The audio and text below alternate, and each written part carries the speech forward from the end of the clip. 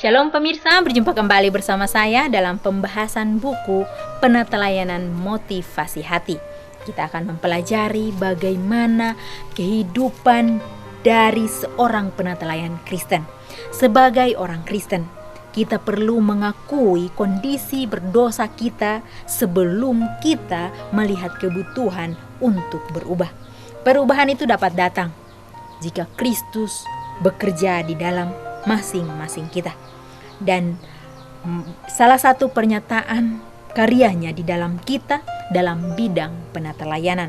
Dan kita akan mempelajari bagaimana kita dapat mengelola harta milik Tuhan untuk kemuliaannya, untuk membantu atau membiayai akan misinya, untuk menyelesaikan akan pekerjaan Tuhan.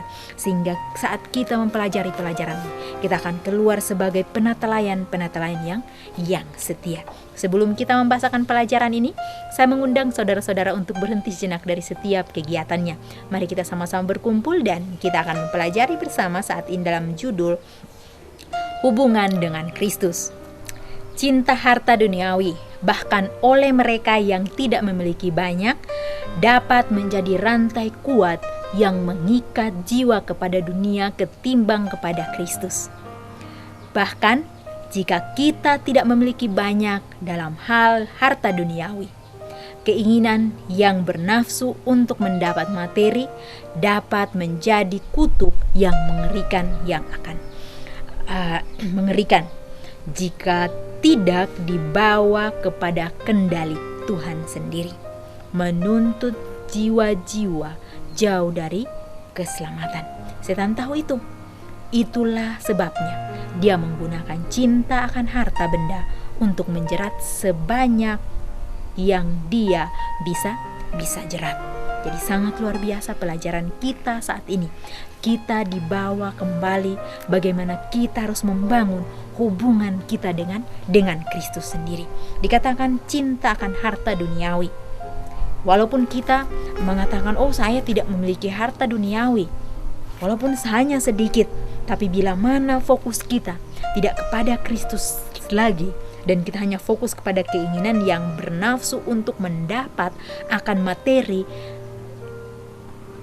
itu adalah kutuk bagi masing-masing kita. Jadi sangat luar biasa kita diingatkan bahwa bukan hanya kita memilikinya baru kita berdosa, atau saat kita menggunakannya walaupun hanya keinginan itu saja dapat mendatangkan kutuk bagi masing-masing kita, karena kita hilang fokus.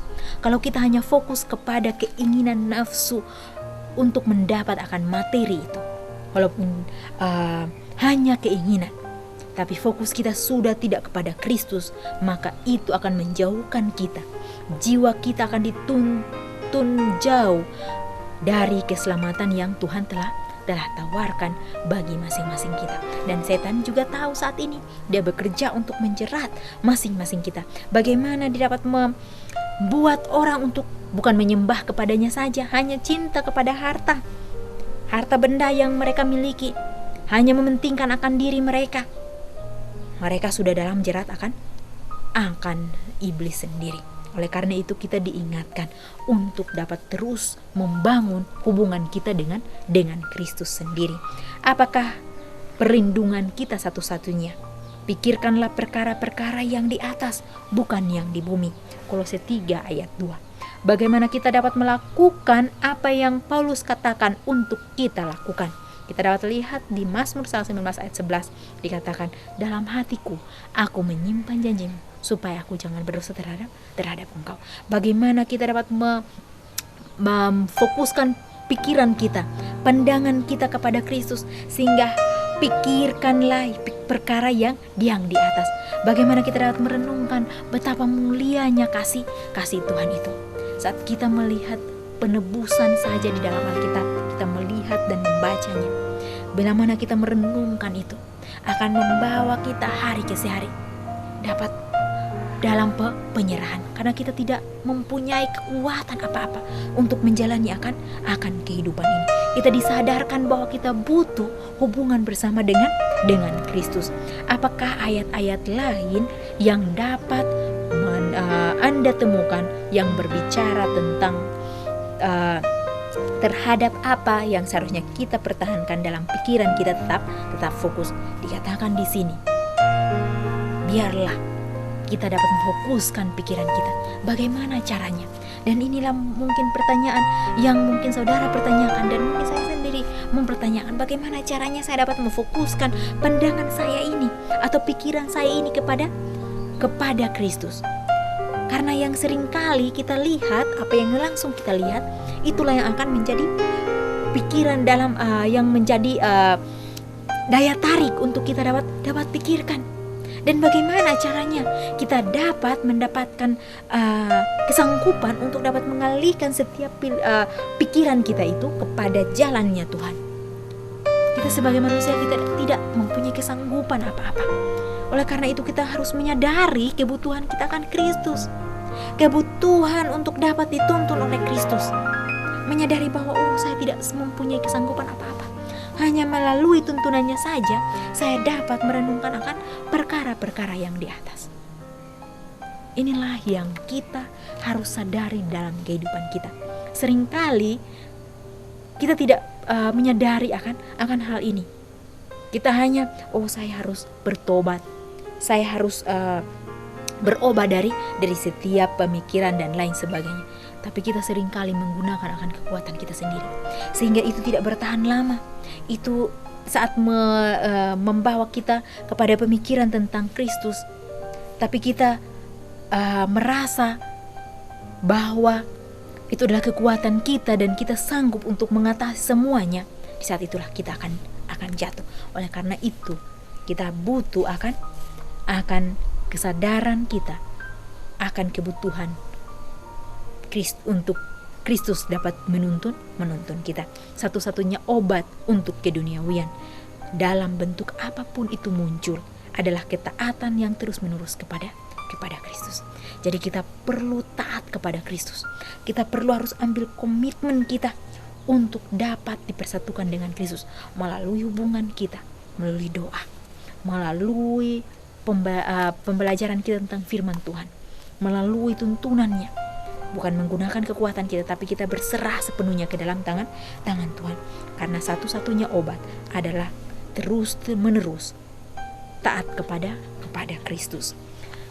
Melalui pasang surut kehidupan, Musa menganggap penghinaan karena Kristus sebagai kekayaan yang lebih besar daripada semua harta Mesir. Sebab pandangannya lah ia arahkan kepada upah yang Tuhan telah sediakan bagi masing-masing kita. Sebelum hubungan lain, Kristus haruslah menjadi prioritas pertama masing-masing kita. Kristus mencari komitmen berdasarkan keyakinan, bukan pada saat yang disukai. Artinya, kita harus berbakti kepada Kristus karena siapa Dia dan apa yang Dia telah lakukan bagi masing-masing kita, bukan karena keuntungan berlangsung yang mungkin ditawarkan iman dan komitmen kepadanya. Jadi sangat luar biasa. Kita harus menyadari bagaimana kasihnya Tuhan itu di dalam kehidupan kita. Bagaimana Kristus telah melakukan satu tugas untuk masing-masing kita. Dia rela menggantikan setiap kehidupan kita. Yaitu intinya di sini. Kita perlu butuh akan kehadiran Kristus dalam kehidupan kita. Kita harus menyadari bahwa kita butuh kehadiran Kristus itu di dalam kehidupan kita, agar kita dapat dituntun kepada kehidupan yang Dia kehendaki. Dikatakan bahwa kita harus menentukan komitmen kita saat ini. Kita harus memberikan prioritas kita setiap hari. Siapa yang diprioritaskan? Apakah keinginan duniawi kita atau Kristus sendiri?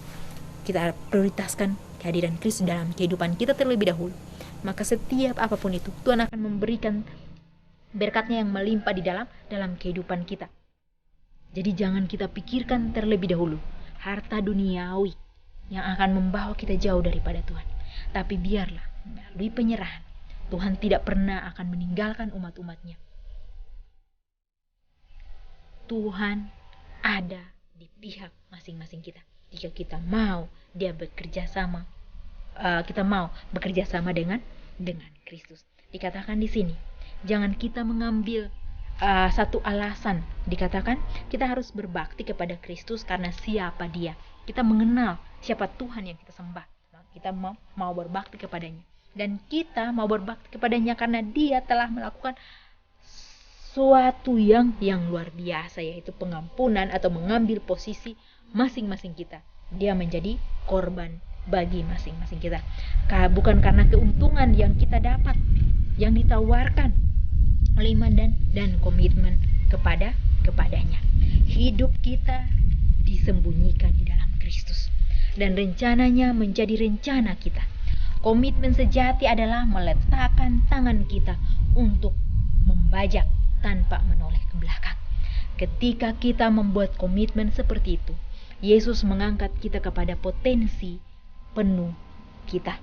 Kita tidak ketika kita berserah kepadanya, Dia akan melepaskan cengkraman duniawi daripada jiwa kita. Kita harus lebih berpusat kepada Kristus ketimbang berpusat kepada materi. Itu saja yang akan mengisi kekosongan di dalam hidup kita masing-masing.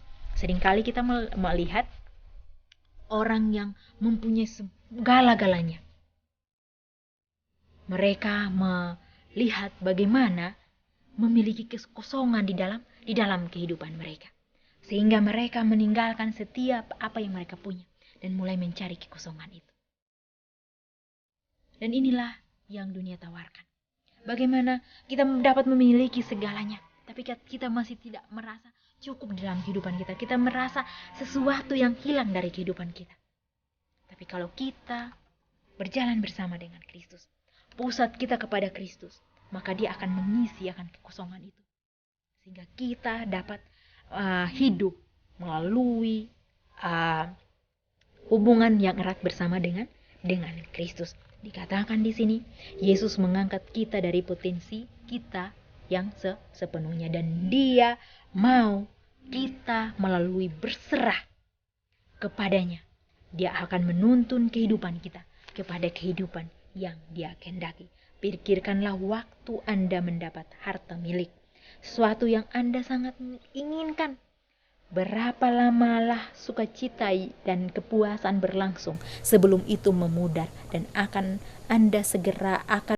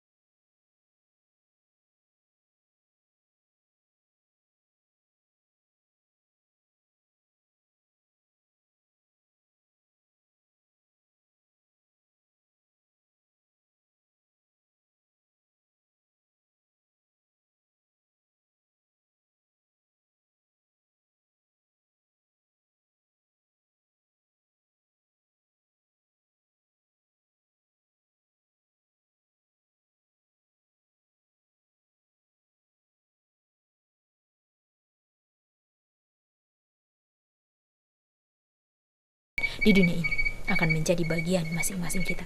Hidup berserah kepadanya, bercerminlah kepada pola itu, kepada cermin itu, sehingga dia dapat mengubah setiap kehidupan lama kita, digantikan dengan kehidupan yang penuh penyerahan. Dan biarlah melalui pilihan kita hari ini, di pihak mana kita akan berdiri adalah pilihan-pilihan kita di setiap kehidupan kita saat ini.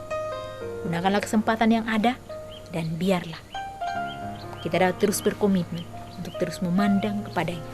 Karena saat kita memandang kepadanya, kehidupan kita akan diubahkan. Dalam melalui pelajaran ini, kita terus diingatkan untuk berserah sepenuhnya kepada dalam tangan Tuhan. Dan kita akan berjumpa kembali di kesempatan yang berikut. Tuhan memberkati.